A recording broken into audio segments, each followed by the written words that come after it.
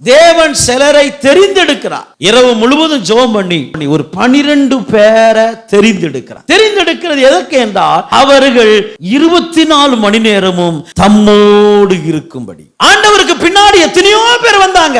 ஆண்டவர் இந்த 12 பேருக்காக இரவு முழுவதும் ஜெபம் பண்ணி தெரிந்தெடுக்கிறார். இவங்களுடைய ஒரு 3 வருஷம் வேலை என்ன வேலை தெரியுமா? இவர் எங்க போனாலும், எங்க உறங்கினாலும், எங்க தங்கி இருந்தாலும், எங்க இருந்தாலும் அவர் கூடவே இருக்கணும்.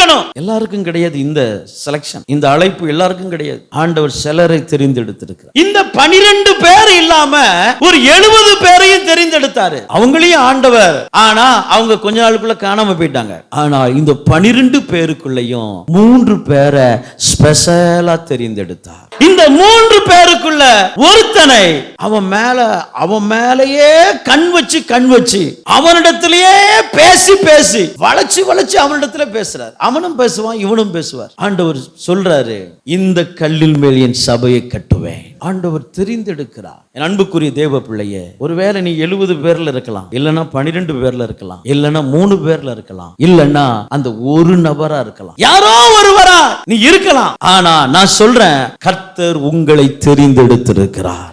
ஆண்டவர் அந்த மரணத்துக்கு கொடுக்காம உங்களை தூக்கி எடுத்தார்னா உங்களை அவர் தெரிந்தெடுத்திருக்கிறார். உங்க மேல அவருடைய சித்தம் இருக்கு, உங்க மேல அவருடைய விருப்பம் இருக்கு. நான் சொல்ல வரேன், நான் சொல்றேன், அந்த விருப்பத்தை அவர் செய்து முடிப்பார்.